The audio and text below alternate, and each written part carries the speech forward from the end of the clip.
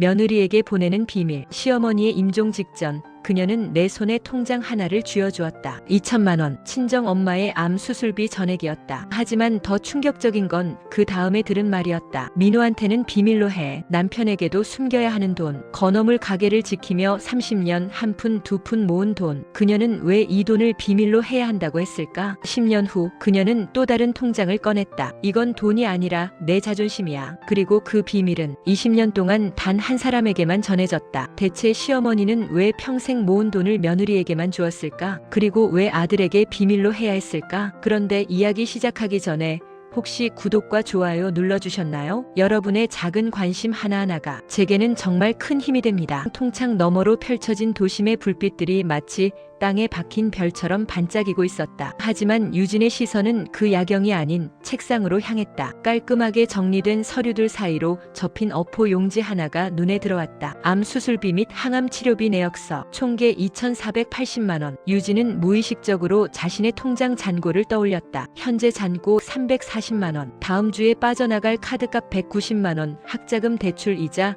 35만 원. 적금 50만 원. 아무리 계산해도 답이 나오지 않았다. 수억 원을 굴리는 그녀의 손이 정작 엄마의 생명을 살 돈은 만들어낼 수 없었다. 퇴근길 버스 정류장. 유진은 벤치 끝에 걸터 앉았다. 남편에게 전화를 걸려다 멈췄다. 오빠, 우리 엄마 수술비 좀 도와줄 수 있어? 하지만 입 밖으로는 나오지 못했다. 자존심이 허락하지 않았다. 11살 때였다. 아버지가 세상을 떠난 날, 병원 복도에서 엄마가 사회복지사에게 고개를 숙이며 사정하던 모습이 아직도 생생했다. 그날 유진은 다짐했다. 나는 절대 저렇게 살지 않을 거야. 절대로 돈 때문에 고개 숙이지 않을 거야. 그런데 지금 저 지독한 가난의 그림자가 다시 그녀의 발목을 잡고 있었다. 그때였다. 투박한 발걸음 소리가 들렸다. 낡은 카트를 끄는 소리. 그리고 비릿한 바다 내음. 에고, 우리 딸 여기 있었네. 시어머니 옥순이었다. 어머니, 이 시간에 여긴 어쩐 일이세요? 어쩌긴 시장 골목에 멸치박스가 들어와서 좀 늦었지. 근데 우리 유진이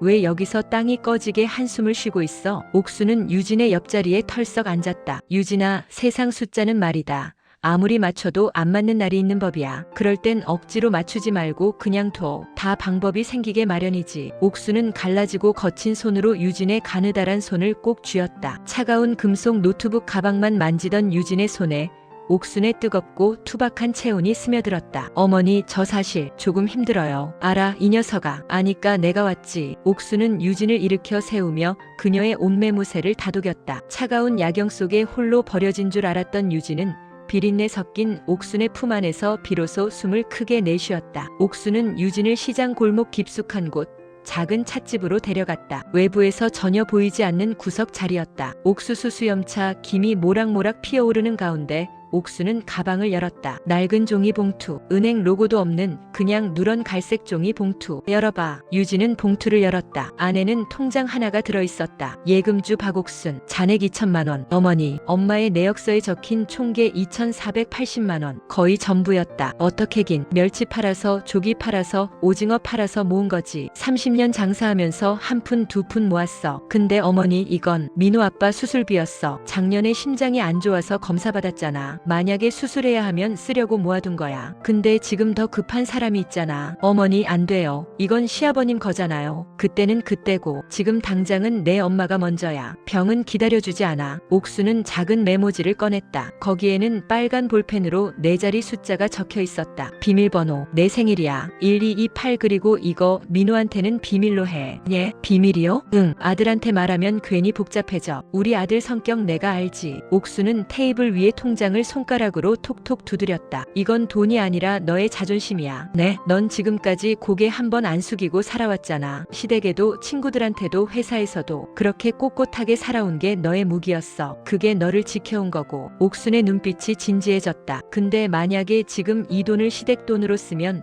너가 그동안 쌓아온 게 다 무너져. 우리 며느리가 친정 엄마 수술비도 없었구나. 역시 돈 없는 집안 딸이구나. 그런 소리 들으면서 앞으로 몇 년을 살 거야? 옥수는 유진의 손을 잡았다. 이 돈은 내가 주는 게 아니야. 너가 나중에 갚을 거고 그때까지는 아무도 모르는 거야. 나랑 너만 아는 비밀. 그럼 너는 당당할 수 있잖아. 아무한테도 빌리지 않았다고. 스스로 해결했다고. 유진은 한참을 울었다. 소리 없이 어깨를 떨며 어머니 제가 꼭 갚을게요. 이자까지 전부 다. 이자는 무슨. 우린 가족인데 무슨 이자야. 처음으로 진짜 처음으로 3년간 지켜왔던 마음의 벽이 무너지는 소리가 들렸다. 결혼식 날부터 수없이 불렀던 그 호칭이 오늘 밤 처음으로 진짜 의미를 가지게 된 것 같았다. 어머니. 1년 후 대학병원 중환자실. 유진은 엄마의 손을 잡고 있었다. 놀랄 만큼 차가웠다. 엄마의 수술은 성공적이었다. 6개월간의 항암 치료도 견뎌냈다. 하지만 3개월 전 재발 진단. 이번에는 너무 빨리 번졌다. 의사는 고개를 저었고 완화 의료를 권했다. 옥순이 병실로 들어왔다. 오늘따라 검은색 정장을 입고 있었다. 사부인. 옥순이 작게 불렀다. 하지만 대답은 없었다. 옥순은 사부인의 손을 잡았다. 사부인, 제 말 들리시죠? 말씀 못하셔도 돼요. 들으시기만 하세요. 사부인, 우리 유진이 잘 키우셨어요. 정말 훌륭하게. 그동안 혼자 고생 많으셨죠? 혼자서 2딸 키우시느라. 옥순의 눈가가 붉어졌다. 사부인, 이제 걱정 놓으셔도 돼요. 유진이는 제가 지킵니다. 아들처럼 딸처럼 지킬게요. 그리고 옥순은 숨을 깊이 들이마셨다. 정은이 혼수는 제가 꼭 챙겨서 시집 보내겠습니다. 침구, 이불, 그릇, 장롱 하나도 빠짐없이 다 챙길게요. 신랑 집에서 신부 집이 형편이 어려운가 보다. 그런 소리 절대 안 나오게 제대로 챙겨서 보낼게요. 옥순의 목소리가 떨렸다. 그러니까 사부인, 이제 마음 놓으셔도 됩니다. 2딸 다 잘 될 거예요. 걱정하지 마세요. 그 순간이었다. 사부인의 눈가에서 무언가가 흘러내렸다. 투명한 액체 한 방울. 눈물이었다. 감았던 눈꺼풀 사이로 고인 눈물이 천천히 뺨을 타고 흘러내렸다. 엄마 들렸어? 들린 거야? 옥수는 사부인의 손을 더 꽉 쥐었다. 네 사부인, 약속합니다. 꼭 지킬게요. 유진은 엄마의 얼굴에 자신의 얼굴을 가져다 댔다. 엄마 사랑해. 정말 사랑해. 평생 고마웠어. 옥수는 유진을 일으켜 세워 자신의 품으로 끌어안았다. 유진은 마침내 참았던 것을 모두 쏟아냈다. 어린아이처럼 목 놓아 울었다. 엄마가 죽어요. 우리 엄마가. 알아. 옥수는 유진의 등을 쓰다듬었다. 세 여자의 시간이 천천히 흐르고 있었다. 죽어가는 엄마 하나, 우는 딸 하나, 그리고 그 둘을 지켜보는 또 다른 엄마 하나. 다음날 새벽 사부인은 조용히 숨을 거두었다. 유진은 엄마를 지켜내지 못했지만 옥수는 약속을 지켜냈다. 10년 후 유진의 동생 정은의 결혼식 날, 옥수는 유진을 웨딩홀 옥상 정원으로 데려갔다. 어머니, 무슨 일이세요? 옥수는 대답 대신 가방을 열었다. 그리고 익숙한 것을 꺼냈다. 낡은 종이 봉투. 어머니, 열어봐. 초록색 표지, 모서리가 해진 통장, 예금주 박옥순, 잔액 3천만 원. 3천만 원? 정은이 혼수야. 어머니, 이게 무슨. 내 동생 결혼하는데 돈 걱정하는 거 다 봤어. 너 혼자 3천만 원 준비하려고 얼마나 고생했는지 알아. 제가 알아서 할 일이에요. 제 동생인데. 나도 약속했잖아. 10년 전 내 엄마한테 정은이 혼수 제대로 챙겨서 시집 보내겠다고. 엄마가 돌아가신 날로부터 딱 일주일 후였다. 어머니, 이걸 그때부터. 응, 장례식 끝나고 바로 만들었어. 처음엔 300만 원부터 시작했지. 한 달에 20만 원씩, 30만 원씩 넣었어. 여름엔 장사가 잘 돼서 50만 원씩도 넣고, 겨울엔 좀 덜 넣고, 그렇게 10년을 모았어. 옥수는 자신의 손을 내려다봤다. 굳은 살이 손바닥을 덮고 있었다. 매일 새벽 4시에 일어나서 시장 갔어. 멸치 박스 나르고, 조기 손질하고, 오징어 말리고, 비가 오나 눈이 오나, 발이 아파도 참았어. 허리가 아파도 참았어. 옥순의 목소리가 떨렸다. 가끔은 힘들었어. 정말로. 내가 왜 이렇게까지 해야 하나 싶을 때도 있었지. 그런데 말이야. 통장에 돈이 쌓일 때마다 내 엄마 얼굴이 떠올랐어. 사부인, 조금만 더 기다리세요. 금방 다 채울게요라고 혼잣말했지. 유진은 더 이상 참을 수 없었다. 어머니, 왜 이렇게까지. 왜긴 뭐가 왜야. 약속했으니까. 그리고 너희가 내 딸들이니까. 유진은 옥순의 손을 잡았다. 거친 손, 갈라진 손, 10년간 매일 새벽 찬물에 담갔던 손. 어머니의 10년. 이건 돈이 아니에요. 이건 어머니의 인생이에요. 유진은 통장을 가슴에 꼭 안았다. 10년이요. 3650일이요. 매일 새벽 4시부터 밤 9시까지 눈물이 쏟아졌다. 옥수는 유진의 턱을 들어 올렸다. 10년 전에 말했잖아. 이건 너의 자존심이라고. 오늘도 똑같아. 이건 정은이의 자존심이야. 아니, 너의 자존심이기도 하고. 정은이가 당당하게 시집 가야 해. 그게 내 엄마가 원했던 거고 내가 약속한 거야. 유진은 옥순의 품에 안겼다. 10년 전처럼 어린아이처럼 목 놓아 울었다. 고맙습니다. 정말 고맙습니다. 정은의 결혼 결혼식이 시작되었다. 정은이 아버지 없이 언니 유진의 손을 잡고 버질로드를 걸었다. 옥수는 하객석에 앉아 그 모습을 지켜보며 속으로 중얼거렸다. 사부인, 약속 지켰어요. 정은이 저렇게 곱게 시집갑니다. 혼수도 하나 빠짐없이 다 챙겼어요. 유진이도 잘 크고 있어요. 당신 딸들 정말 잘 컸어요. 식이 끝나고 주차장에서 유진은 처음으로 그 말을 했다. 어머니, 저 진짜 사랑해요. 13년 만에 처음으로. 나도 사랑한다. 우리 딸. 10년 전 재래시장 골목에서 시작된 비밀. 오늘 이곳에서 비로소 완성되었다. 그것은 돈이 아니었다. 사랑이었다. 약속이었다. 그리고 한 여자의 인생이었다. 3년 후 49제 옥순이 세상을 떠난 지 49일째 되는 날이었다. 스님의 독경 소리가 울려 퍼졌다. 3년 전 옥순은 갑작스러운 뇌졸중으로 쓰러졌다. 병원으로 옮겼지만 의식을 회복하지 못하고 사흘 만에 눈을 감았다. 어느 날 새벽 건어물 가게 뒤편 창고에서 쓰러진 채 발견됐다. 멸치박스 옆에 평생 일하던 그곳에서 집으로 가는 차 안.